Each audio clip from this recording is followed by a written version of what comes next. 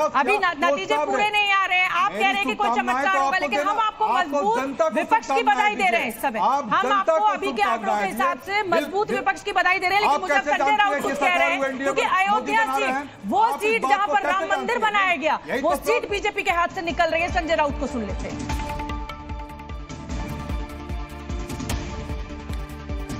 BJP के साथ है, वो हमारे साथ में है। अयोध्या में बीजेपी हार गई, फैजाबाद बीजेपी हार गई, जहां इतना बड़ा इवेंट किया था मोदी जी ने,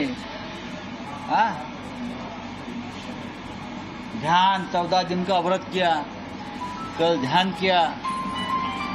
देश की जनता ने नरेंद्र मोदी जी को नकारा है, मोदी को फेयरवेल दिया है, मोदी जी को बस हो गया।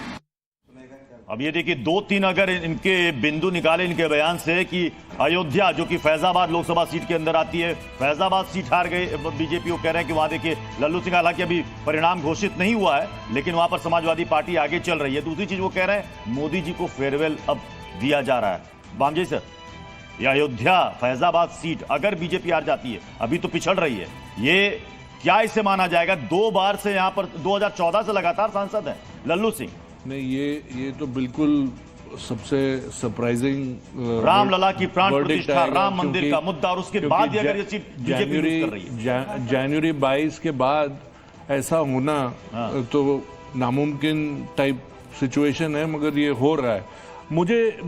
मेरा मानना है कि जो हिंदू कंसोलिडेशन 2004 बार हमने देखी है उत्तर प्रदेश में, 2014 का इलेक्शन, 2019 का इलेक्शन और उसके बाद 2 असेंबली इलेक्शन, जो backward forward OBC SC ST सबका जो एग्रीगेशन था हिंदू वोट का, वो मोदी जी के पीछे था। आई थिंक पहली बार 4 इलेक्शन के बाद पहली बार आप देखेंगे कि जो उत्तर प्रदेश की जनता है उसमें जो वो पुराना DYM का एक्सेस था, वो आई थिंक ऑन ग्राउंड काम कर गया है, which is Dalit, Yadav and Muslim. इसीलिए रामगोपाल यादव जी मेरे साथ समाजवादी पार्टी के जुड़ गए। संदीप जी, मैं आऊंगी आपके पास।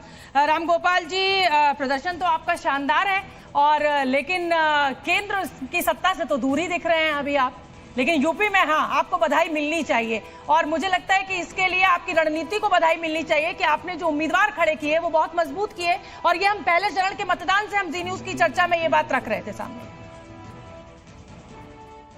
उम्मीदवार तो अच्छे थे ही, और बीजेपी की जो नीतियां हैं उससे जनाक्रोश इतना ज्यादा था, अंडर करंट इतना खिलाफ था बीजेपी के, उसका लाभ समाजवादी पार्टी और इंडिया गठबंधन को।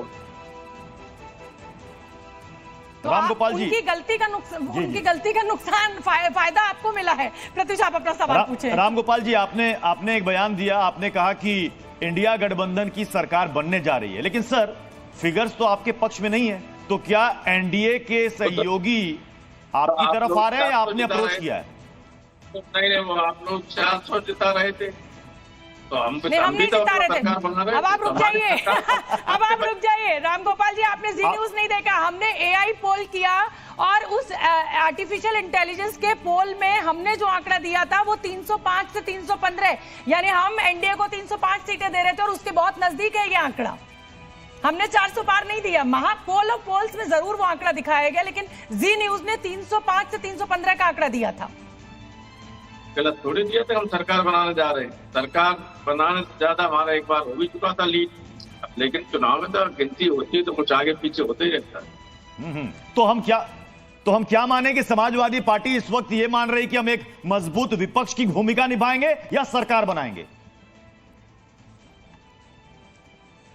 ऐसा है, ये इंडिया गठबंधन के नेताओं से पूछिए, हम तो आगे चल के उत्तर प्रदेश में सरकार बनाएंगे ही।